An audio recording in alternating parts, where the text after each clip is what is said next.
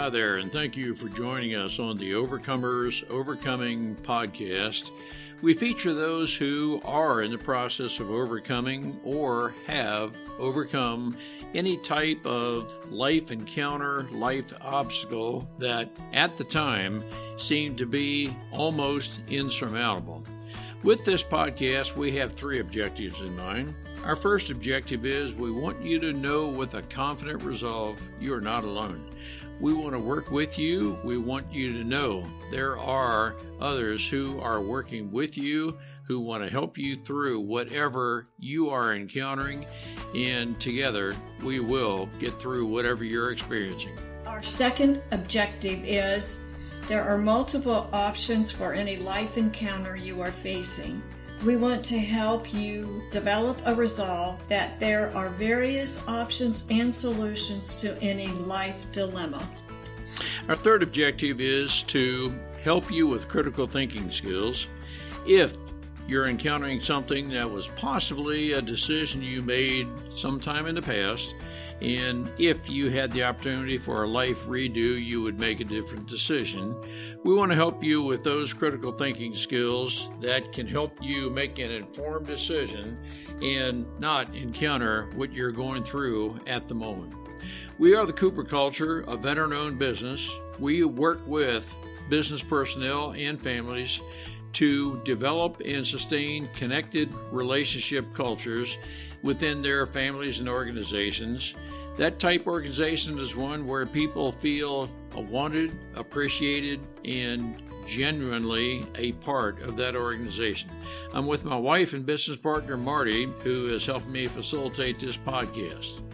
Today we feature Doug and Jennifer Dawn Robinson. We have featured them individually in the past, but today we feature them as the dynamic duet in which we learn from their individual life experiences and notably their first date, how they have enjoyed each other for 13 years of marriage as of this recording. But their first date was literally a 9-hour telephone call where each of them were just uncertain if they wanted to date or just what their life would be. It resulted in them knowing and trusting in each other despite some of their earlier life experiences. Marty, what are some takeaways we can garner from Doug and Jennifer Dawn? Ron, our podcasts have been good and fun, but this one was just so enjoyable. I think I was so engrossed, I just kept wanting to hear more and more about how they met. They have, through trauma, past trauma, gotten over that, and have a beautiful relationship. This is a fun podcast to listen to. Got a great marriage going. It's a source of hope for many who may be having a troubled marriage and not sure if they would even want to date again, but an example of how two people can overcome the past and enjoy a great future.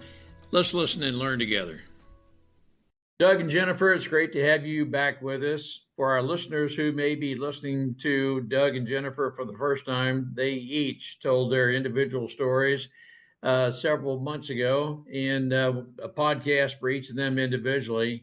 And I believe our listeners will be very interested in learning Doug and Jennifer as a couple. They each have their own backstories, life experiences, but it's going to be very interesting to learn how the two of them came together and maybe just assimilated, a term I'll use, their respective backgrounds. Doug and Jennifer, it's great to have you with us. Well, we are so excited to be here. Thank you for having us. Thank you, folks. Nice to be with you again. Doug and Jennifer, just whomever, how would you want to start with your combined background? And hey, anywhere is fine. You want to start with? I'll yield to my wife. Awesome. Do you want to hear the story of how we met? Because it's pretty good. It's a pretty good story. Yes, of course. How did you meet, and how did all that get its? How did your married life get its start? Yeah, I believe that there was a little bit of divine intervention going on for sure. So a little bit of backstory. So I had been married before, and I was actually going through a horrible divorce. and I had relocated. I'll go back even a little bit further. So was working in corporate at the time. I was going through a terrible divorce, and I'd hired a life coach to help me through all of these really, really hard times that I was going through. And so I ended up leaving corporate. I left, I was in Florida. I left Florida and I went to North Carolina to live for the summer with my sister because she was just like, you need to come here. You need to just lick your wounds and, take a few months, take the summer off. And so that's what I did. And I had left my corporate job and I didn't know what I was going to do for work, but it was fine. It was a great summer and I was just hanging with the kids and we were riding horses and swimming in the pool, her kids, my kids, and having a good summer. Then I was like, well, I better start to figure out what I'm going to do for work and money and all of this stuff. And so I went back to the same life coach that I had hired before when I had been in corporate from the year and a half before.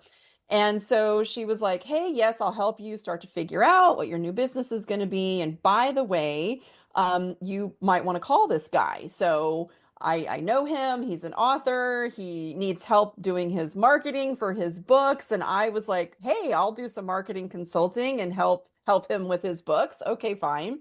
And she says, and oh, by the way, he's single. And I'm like, I do not care if he is single. I don't want another man in my life ever again. I am done. Forget it. But I would love a client. I don't need another dude. And so she gave me his number and then proceeded to harass me until I called him. And so the number she gave me was a wrong number. So I ended up calling and it was some weirdo on a voicemail. And I'm like, I called, I did what she told me to do. I'm never calling again.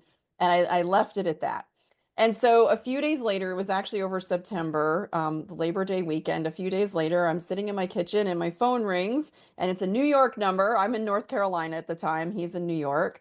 It's a New York number. And for whatever reason, I answered it. These days, I would not be answering it because all my unknown numbers go to voicemail. It's just too much spam. So I went ahead and I answered it. And lo and behold, Doug was on the line.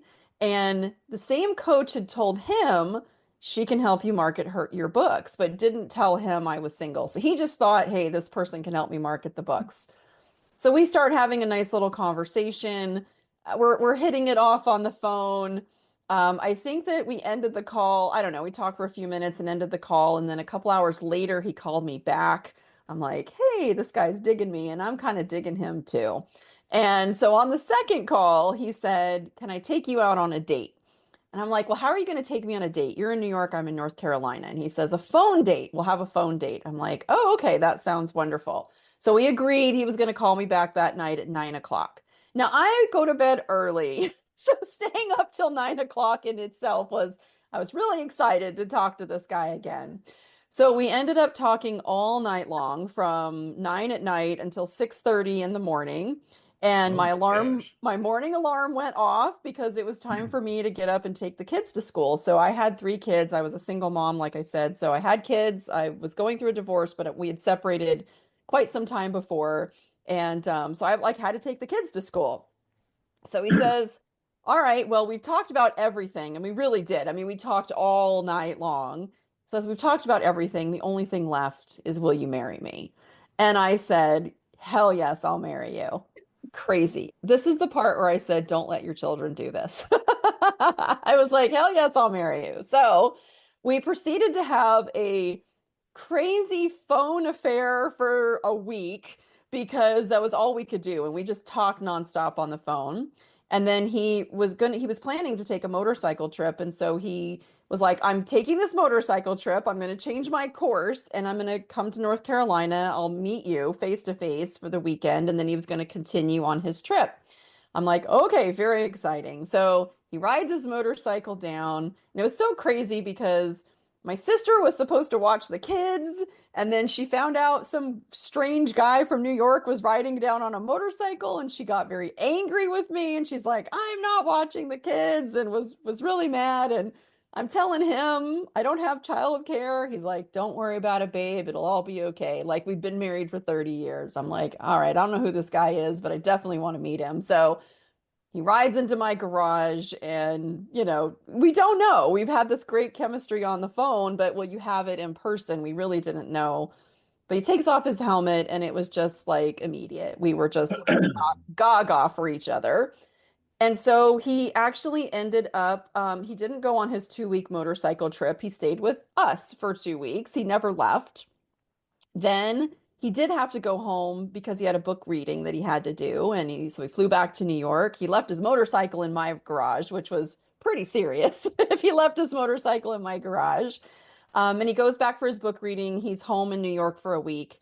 And then he basically just says, I can't live without you. He packs his car and he drives down. And we have been together ever since. So we literally went from two separate people to instant family. I brought all the kids and the animals and the craziness. He brought himself into the madness, but jumped in with both feet. And then a year later, we relocated to New York. And a year after that, we actually made it official and got married for real. And so that was, oh gosh, honey, this year will be 13 years. So that was 13 years ago that all this fun stuff happened. So, and we've been going strong ever since. So did I leave anything out, Doug? Yeah, there's some other smaller details. For instance, the woman that she had met to be the life coach, she only met her randomly once. She had gone to a women's group, and the woman had started like years earlier, but never attended it any longer. And she just happened to show up the same night Jennifer had showed up, and therefore that's how they met. I met her random, this life coach. I just met her randomly when I would play Words with Friends online. And sometimes you could play with actual friends, or you could just hit like, play with a stranger or whatever. And so that's how she and I met. And you have this little sidebar we can have comments, and she and I had become a little friendlier, and she had said, "Oh, this woman can help with your books." And it was funny. She kept peppering me like, what do you think about a woman with kids? And I always felt like, well, why would I marry someone with like kids? Like I'd go have my own kids, Why would I have used kids? But so, I'd said that. She never said, oh, this woman is single. It didn't even, enter the conversation. But as soon as I spoke with her that first time, I was like, oh, something's there. And then I called her back, and it was just off to the races. I was hooked. So, am I processing correctly? You had what, maybe a 2 week telephone romance before you met each other, and that was kind of the early start. Well, it was a Yeah. 1 week telephone Well. romance, and then he rode his I motorcycle. thought it was 1 week, but It then was I thought, 1 week. I know. No, it's not something you would tell the kids. Yeah, this do this. No, we would shun the children. We'd lock them up. Yeah. wow. Now, let me ask you about the life coach, Jennifer. We do life coaching, but I want you to be very honest with me. Does the life coach for people in your situation, do they necessarily have to have experienced divorce to be an effective life coach, or can a person who has never experienced divorce help a divorced person reestablish their life emotionally? Yeah, that's actually a really great question. So her name was Fran. So I had worked with Fran when it was my own personal life. And because I had met her at the women's group, and then I did hire her to help me with life coaching. And she was incredibly effective at just helping me process grief. I was going through this divorce. I was trying to figure out, getting out of corporate because I didn't really align with the morals and things like that. And so her and I our one-on work was incredibly effective of just helping me sort of figure out my life. Then she's the one who had introduced me to Doug, and you don't normally get a husband out of life coaching, but I did. And so there you go. But once she had introduced me to Doug in the beginning, there were actually some times where we were fighting. And so we brought her back in to help us as a couple with some of the issues that, all couples go through when you first get together. And in that situation, because I had a lot of past trauma, she actually ended up doing a lot of damage. And we had some joint coaching sessions as a couple, and those were not helpful. And I actually was very upset by some of those earlier sessions because she didn't have the background in trauma. And later on, when we moved to New York, we ended up actually, I went to a trauma therapist for 4 years, and Doug supported me through all of that. And he's the one who helped me find her. And because that was deeper, more emotional work that you really do need a lot more training and stuff in. So I answer the question, can a life coach be effective? Absolutely. But there are areas where you do need that additional training. I think trauma is one of those things where you can, if you don't know what you're doing, you can do more harm than good in that space. So I just think you have to kind of be careful, whether you're the coach or the client, into what territory you're going into. And a really good coach generally knows, hey, this is crossing into territory where you probably need a licensed professional, and it's outside of my scope. And a good coach will usually, obviously, say that, like, this is out of scope for me. We need to get you some other help. Jennifer, you mentioned somewhat in passing, you have very high moral standards. Did I process that somewhat casual comment correctly? Yes, I do, except when it comes to Doug, and I'm an open book and just like, here, honey, take it all. Well, I would say probably I'm going to interpret what you just said as Doug met your very high moral standards. Yes, for sure. And so, and I have no intention of getting into livid detail, but was the trauma of your divorce related to moral failure? No. So the trauma actually came from earlier on in my childhood, and I speak very openly about it. And so the father who raised me, so I never knew my biological father. The father who raised me was sexually abusive. And so that really kind of carried into adulthood and really affected my intimate relationships. And so it definitely came into the divorce that I had gone through, but I hadn't healed from a lot of that, and I just didn't know any different. And so when I met Doug, and this was this amazing relationship, and I didn't want it to end in divorce, he was really the one that, in my world, he was worth doing that work on myself for, um, not other people. So, and I did work with a trauma therapist for 4 long years, and those were pretty intense years and lots of intense healing. And he was obviously very supportive through all of that. And now all that stuff is healed. So, but it came from very early on in childhood, carried into my relationships, and then luckily I was able to heal all of that with Doug. Doug, when on your first 9 hour date, telephone date, did you, uh, please, Jennifer, I want to ask the question in this way, but I hope you're not offended. Doug, did you know you were taking on a project?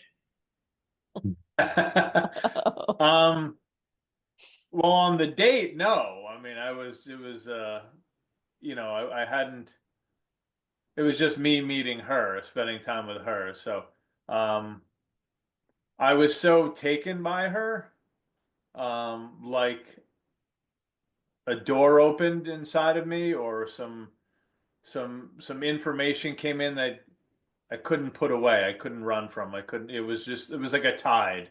You can't fight the tide. And so it was just so swept up in sort of the energy, this attraction, like this person I've met after 40 plus years, um, whoever she is, whatever she is, I'm in. And not to say all of a sudden trying to parent was easy. That was very challenging. All of a sudden, add water, have 3 kids, so to speak. So there were real challenges there because been a bachelor, sure, I dated and whatnot, but I'd never been in that kind of situation. Now there are other people relying on me, not to just to provide, but to provide emotional support, intelligence support, parenting skills, which I didn't really have, so there was some challenges with that. But no, I did not know the project of um, three Who's kids. who's the project now, Dougie? Yeah, no, I'm a project. It's so We're all funny. projects in different ways. I love that you asked that question, Ron, because in the beginning it was, hey, Jennifer, you've got to fix these things, because it's coming up in our relationship and we're not going to last if these things don't get resolved. And he was 100% right. I didn't want to hear it. He was very instrumental in getting me in and working with the therapist. As I started doing this work and I started healing, my perspective started to change. And so what happened was then I healed and then I was able to actually see him differently and like, hey babe, like I fixed my stuff. Now you got to go fix your stuff. And it was like the roles kind of shifted and that's where he had some work to do. So I think that as a couple, nobody's really broken. We all have stuff. And if you're going to commit to the relationship, it means like, hey, we're probably both going to be projects here and we both need to support each other. So I love that question though. No offense taken. I was definitely a project, Ron, and I still am, to be honest. Okay, now that's very interesting. You would say that, Jennifer. And Doug, I want to ask you a very similar question. But would it be fair to say, Jennifer, you are to some form or fashion still dealing with your early trauma? That do you have trigger points or activation points? I mean, do you have to deal with the past somewhat in that way, or would you say you're totally recovered from that part? I wouldn't say totally recovered because certain trauma does stay with you forever, but I would say that my trauma is 98% healed through a lot of hard work, many years of diligent hard work, learning the tools. But the biggest thing is that when I get triggered, I can now recognize it and I have the tools to get out of it very quickly. So I would never say, oh, I'll never have another trigger. That's nonsense. But when I was going through the work, I was triggered on a daily basis. I mean, it was pretty intense and pretty deep and it was awful, really. It was just an awful thing to get triggered and go into these spirals of fight or flight and all of that. So, but I did the work and it's possible to really heal a lot of this stuff and then learn tools so that when you do get a trigger, you can handle it really effectively. Now I help my clients deal with it as well because I've been through it myself. So yeah, I mean, I could still get triggered, absolutely, but it doesn't happen very often. And when it does, I know how to catch it and deal with it now. I think the importance of what you just said, Jennifer, and Doug, I want to ask you some a similar question, is you never expunge the past. Yeah. It's always there. It's just a matter of what may trigger some of the emotional recollection. Is that an accurate statement, Jennifer? Yeah, absolutely. I can feel it now. Before, when you get, I got would get triggered, it would just carry me into that emotional state, and I didn't even know what was happening. I was just in this really heightened emotional state. Now I can feel it coming on. I'm like, oh, oh, oh, look at that. I'm getting triggered. I have the awareness. I can notice it, and I can do something about it. So, yeah, but you're not going to ever be able to, especially for deeply traumatic things, just completely rewrite it. But you can certainly heal a lot of it. Wow. Well, I'd Doug, like yeah, to interject if that's okay, Ron. please do. So, something I've learned through the relationship with Jennifer is, we're mirrors to each other, and we hold each other to high standards. We expect a lot. I expect a lot from myself in life. She expects a lot from herself. So, but within that, there needs to be a safe space for healing, for being vulnerable, for bringing those raw places forward that maybe we feel shame or we feel the most vulnerable. And that's a scary place, right? To be bringing those type of things forward. But when you do, you build muscles, you build strength, you build resiliency, and this is how you become that person that we all sort of long to be. So, yeah. Well, it's very interesting you say that, Doug. Did you feel you had developed, you recognized that quote safe space with Jennifer during that first 9 hour conversation? No, no, that was just getting to know you and, really just who is this remarkable woman and this power um that I felt speaking with her and that, after seeing her that week or so later and why I stayed with her for 2 weeks is like I waited 40 plus years to meet her. I can't live without her.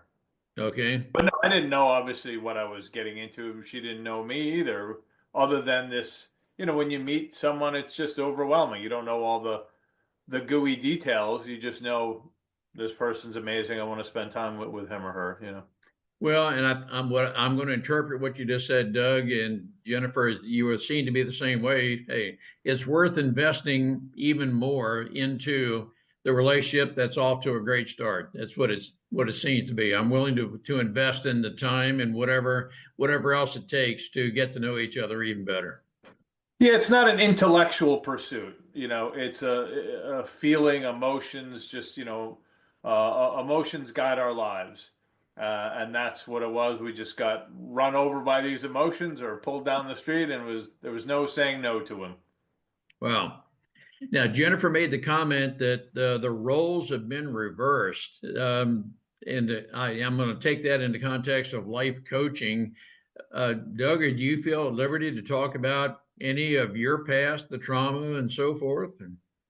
Yeah, Jennifer's trauma was more overt. It was more obvious, what had happened to her physically, and emotionally. What, her mother not owning up to her mother was aware of what was going on, didn't intervene. So she was really rejected in those ways by the one person that was supposed to take care of her and love her.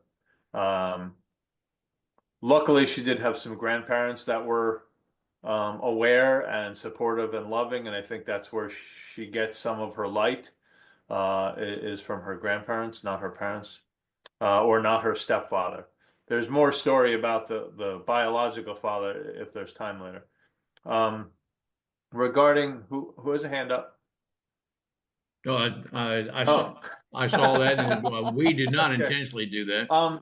But with me, mine was, so I good parents. I was not physically abused that I'm aware of. Um, there was a lot of neglect, a lot of neglect and sort of shaming, which is a really bad conditioning for a child when you're trying to understand your place in the world, your self-image, all those kind of things. So, I had some issues in those areas. Um, and when you're sort of alone or individual, you don't see it as clearly that you're struggling with these issues. When we have emotional beliefs, it just seems like, well, this is what's real, this is true, and that's the trick of beliefs, is they seem true, but they're based on something. They're not fact necessarily. Um, they're not absolutes. They're conditional. And so, yeah, I mean, with Jennifer and also with the kids, kids are a great mirror as well, how they're reacting to you, responding to you. Are you putting your shame on them? And so there was some of that was certainly coming forward, that they would trigger me because they were getting things I did not get as a child. So that part within me was, in a sense, in competition with them. Um, so by Jennifer going through her stuff, then, like, okay, the tables turned a bit, and okay, she's up leveling. Okay, well, clearly I have some stuff that is undermining me and or us as well that needs to be addressed. Did some of your shame manifest itself in you, Doug, wondering what your worth was in life, maybe even to Jennifer and so forth? Am I reading into that maybe correctly, or if Yeah, I'm I mean, not, shame is a dark, low frequency emotion, right? It makes you feel small, makes you want to pull away and hide, makes you question your worth, of course. But where do I belong? I mean, shame makes you really question your very existence of, why am I here? What do I belong? Where do I belong? Is this family? I'm not blood to this family, to these children. So yeah, there are times, or have been times, I've worked through a lot. Jen and I have worked through some of this, of saying, okay, not blood, because my tendency is to pull away. That's that emotional part of the moat around the castle, sort of, like I'm alone. I'm alone. And when you feel alone or isolated, it's a really terrible place. Because can I trust love is ultimately what that question is. So there's been a lot of work in that area. There's more work to be done, but definitely improving the solid ground that I stand upon.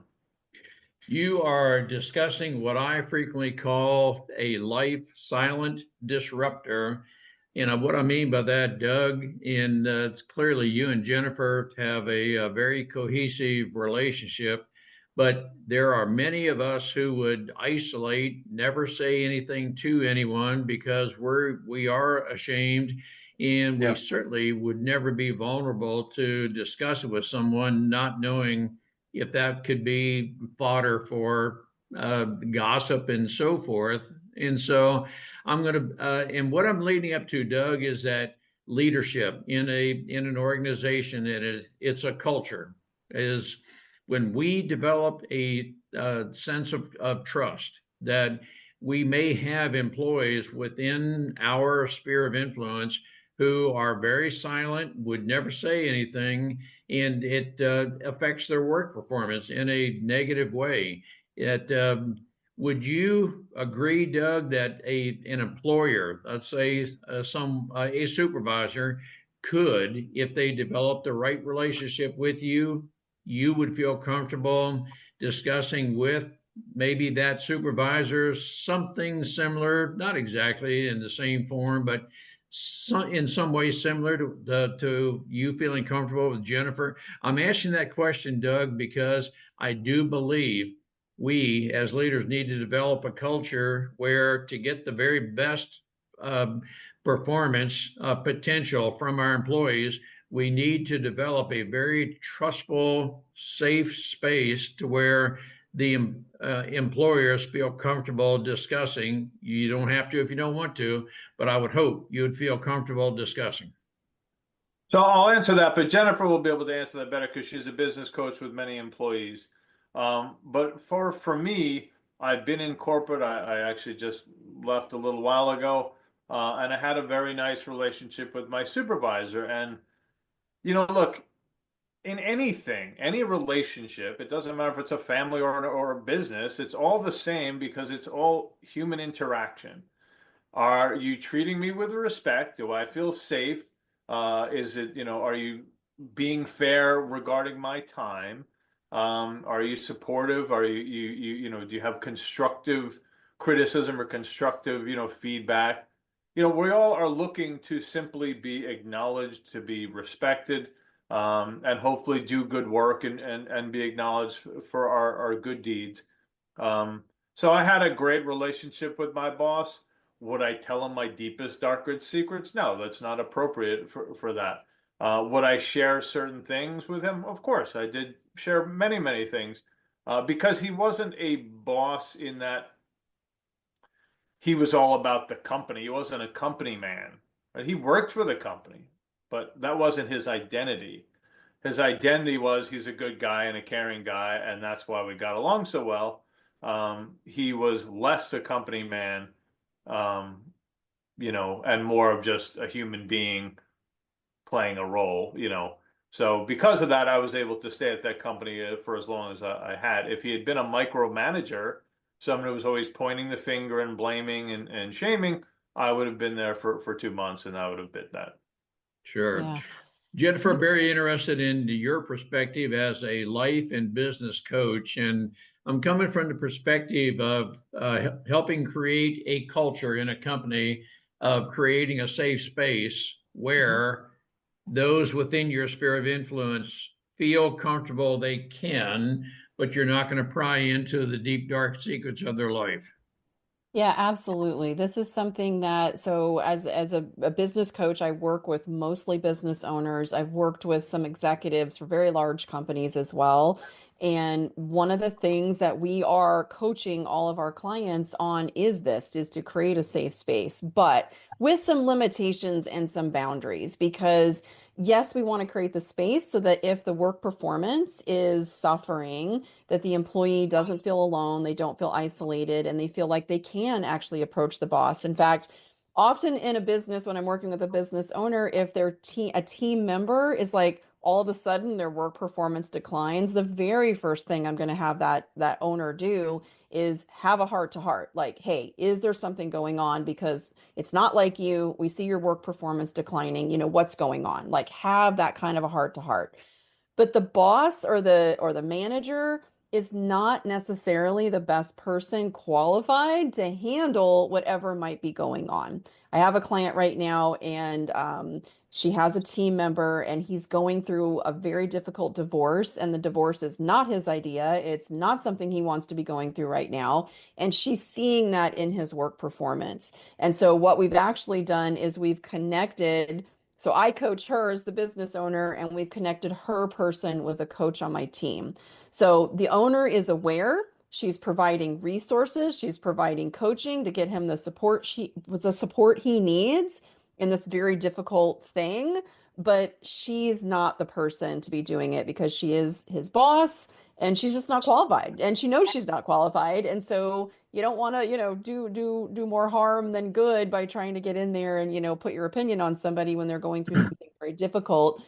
She's never been through a divorce, and so she's just not really qualified. And so, but still, creating that environment where an employee feels safe enough to say, "Hey, I'm going through this thing," getting them the support 100%. And there are ways to do it so that it becomes a win for everybody and a very supportive environment. The last thing I want are leaders and bosses trying to provide, a level of support that they're not comfortable doing, they're not trained to do. But there are many ways to make sure that it is provided in a very safe and comfortable space.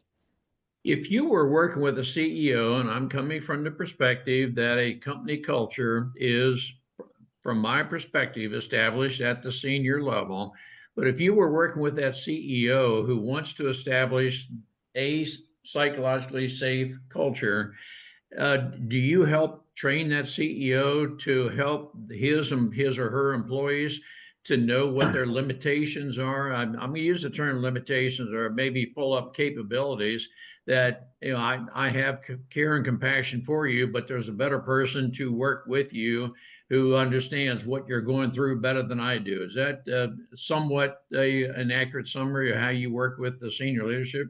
Yeah, that is absolutely accurate. And that we do, and we love working with leaders who have that self-awareness and want to create that kind of a culture.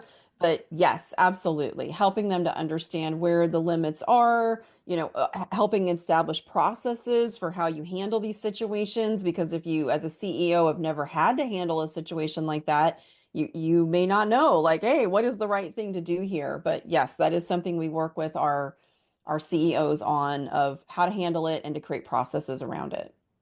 One of the things we emphasize in the context of P words, when the people and processes are in place, the profits will logically follow.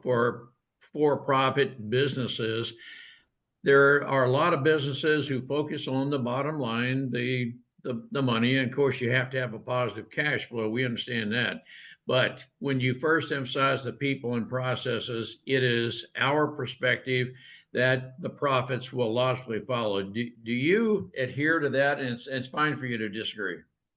No, we absolutely adhere to that. In fact, my philosophy is if you only have a business that makes money, you have a poor business, because there's so much more that you can do good in this world. That's my personal belief. So yes, of course, the money is important. We want to make money, but in our coaching, we want to coach our business owners on having more than just a business that makes money. Wow, that is great. And so bringing on the right people, is that largely a function of values and your past performance in whatever area? Might be a little bit secondary to your values, but I guess what I'm asking you, Jennifer, what do you look at as core principles to bring on the right people? Well, great question. And so the first thing that we've done, and I encourage others to do, is get clear on your core principles, your core values of like who you are, what you stand for, and what's important to you. And when you have that kind of clarity, then you can bring it into the business in your hiring, your firing, your disciplining, your rewarding, like all these different areas you can bring it into your business. So when we are hiring people, we absolutely, I would say the first thing I'm looking for is the right attitude, the right mindset, the right value, like the right kind of person. Doug, we joke about this. I say that I need my people to be on brand for JDC because there's a certain type of personality. You know, they show up, they get the work done, they make a mistake, they own it, they fix it, they're honest, they're loyal, like some of these great characteristics of the people who work with us. And so they've got to be JDC on brand first. And then the second is going to be, yes, their skill set, their experience. It's not that it's less important, but when we're making a hiring decision, we want the right person first, then the right skill set. I can train the right person to be able to do what I need them to do. So that's kind of the approach that we use when we're hiring. Oh wow. I am so avidly on target with you, Jennifer, right there. Jennifer and Doug, I enjoy this, but I want to ask Doug, you know, he married into a family and excuse me, was not used to having a family. So how do you create a relationship with um, Jennifer? How did you create a relationship with Jennifer's children? And hopefully it's all worked out. So there's probably a father or a mother out there that is not the biological person, and they want to know just how they can have a great relationship with their children. That is a fine question, Marty. I think I was just tried to be myself, was really what it came down. I didn't try to act as if I was their father. I didn't try to, I mean, it's tricky because you're entering their lives too. They're not just entering my life. So, the little one, I'd spoken to her on the phone a few times and we just fell in love with each other. She was 3 at the time. So just sweet and full of love and joy. The boy also, he was a little more reserved and quiet, but he had we played frisbee, so we did things that were fun. The oldest daughter was a teen at that time, so that was more of a challenge because she was more developed and who was this guy kind of uninvited coming into our lives. But so again, challenges, but I think you have to meet people where they are, whoever they are. Is there some magic pill for it? I don't think so. But ultimately, you have to be genuine. Kids will see through you if you're not. But you stumble forward, hopefully. As you look back, Doug, how long would you say it took for all three to fully accept you? That's a loaded question, Ron. Um, I think the younger two the youngest one accepted me quickly. The boy fairly quickly as well. The oldest one, we're still working on that. That's still a work in progress, but we're getting better. No, We're thank getting you for better. that candor, Doug. I appreciate that. I can only suppose each of the five of you may have various forms of resentment and so forth that maybe you have to work through, and that's just one of those things. It takes time, it would seem. Yeah. Right, you have to build up a trust. You're a stranger being thrust into their lives, and they're already going through emotions and developing and hormones and all that. So, um, and it's hard because there can be a power play, sort of, who's in charge, who's making decisions. Um, and so, no, initially it was certainly a challenge, mostly with the oldest, and I fully understand, and I probably wasn't the greatest version of myself at times either, because, you know, challenging decisions and challenging who I am and why I'm there. And like I said, it's not an easy dynamic to just sort of insert into. No, and I appreciate your candor. Doug and Jennifer, on behalf of our listeners, I want to thank you each for your individual lives, how you've come together. Thank you for your candor of explaining how things were, but the best is yet to come. I frequently use that expression. I do not mean that to be trite at all. I do believe that as we continue to look to the future, the best is yet to come. And as we purpose to work through life encounters together, we will do that, and we can experience the victory on the other side. Doug and Jennifer, you two are experiencing that victory, and we thank you for your candor and the opportunity to enlighten our listening audience. Marty, what do you think? Well, even after 57 years of marriage, you still have adjustments. Right, right. Wow. Well, congrats on that, though. That's wonderful. Yeah. No, thank you for that. But oh yes, we well, even earlier this morning, I had a little bit of elevated voice pointed at me, and so so yes, we are continuously working through different things to where we just purpose to ultimately have an understanding. But Doug and Jennifer, thank you for your lives, and thank you so much for your candor. Been such a pleasure, folks. Thank you. We appreciate having the opportunity to share our and our guests' life's experiences with you.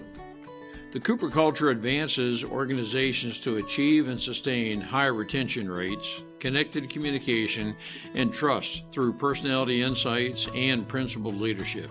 You can contact us at our website, thecooperculture.com, and you can contact us directly at ron@thecooperculture.com or Marty, M-A-R-T-Y, at thecooperculture.com. We work with you to help assess aspects of your culture to advance the environment and people to their best performance. We do that through our staff of certified personal performance coaches, leadership trainers, keynote speakers, and disc personality behavior experts. You can book a speaking engagement directly through our website by contacting us at ron@thecooperculture.com. We look forward to sharing our life experiences with you, some of which are profound, some of which are pretty funny. Some of those life experiences are ones we'll never do that again because we've been through stuff. We truly look forward to working with you, speaking with you, helping advance you in any way that we can.